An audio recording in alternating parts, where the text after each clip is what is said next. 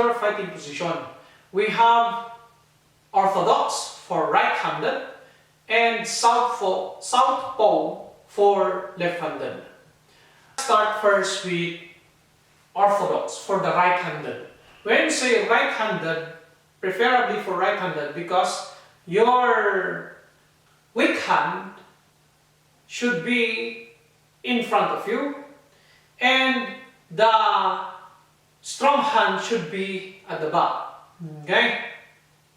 And your left leg and two should be in front also, and your right leg should be at the back. Okay? So, assuming this is your foot, the stance or the position of your foot is in this manner. Okay? And your knuckles, your arms, okay, should be in this manner. Okay? This is for orthodox or right-handed person. Now, for southpaw, it is the reverse one. Okay? Now, for southpaw or left-handed, the weak hand should be in front and the strong hand should be at the rear one. The right leg should be in front also and the left leg should be at the back and in this manner. Now here, in boxing, it is discouraged that during the fights or if in case you want to have a changed foot like this, okay, in boxing it is discouraged. It is not like the other martial arts that they will do change foot. For boxing, it is rare for boxer to do change foot. That is why if you are left-handed, you will stay forever as southpaw stance and fighting position. Okay? And if you are an orthodox right-handed, this will be your fighting position forever. Not unless there are some boxers, they intend to do the otherwise. If they are right-handed, they will follow the southpaw. If they are left-handed, they will follow the orthodox. Okay? But again, I repeat, as what I said a while ago, it is discouraged. Now, let us correct the fighting position. Alright, let us say I am a right-handed, so orthodox stance.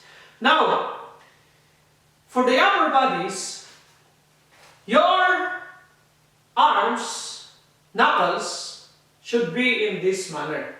Okay? Do not do this one because for the fact that in the sports of boxing, we have the gloves also. Okay? So, let us avoid doing this. Okay?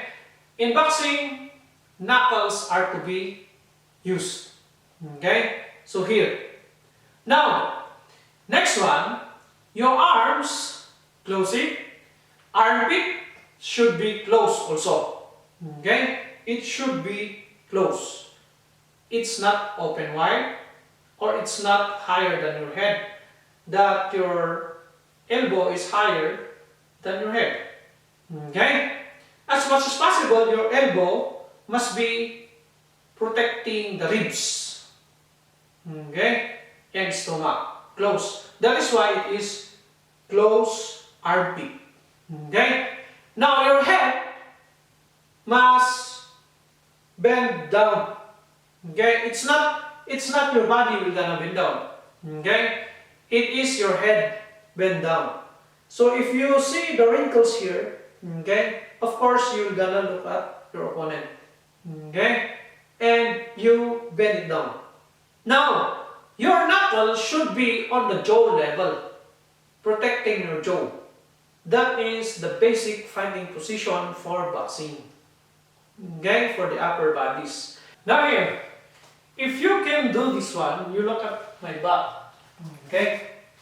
If you can do a hunchback, it is better. Now, because if in case you do the hunchback, okay, you make an arc, okay, your abdomen, ribs, including your solar plexus are protected. It is protected by your arms, including the elbow, this here, okay, it is protected, and it as if it makes the target smaller and harder for the opponent to hit. Because if you do this one, it is widely open. And worse, if you will do this one, open your armpit, it is widely open. Okay? It is very wide.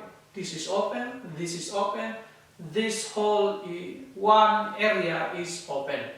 That is why you close the armpit, then jaw level. That is the basic of boxing position. Now, for the lower extremities, the fighting position or the stance is in this manner. Now, for the basic, it must be like this. The foot must be in this manner. Okay?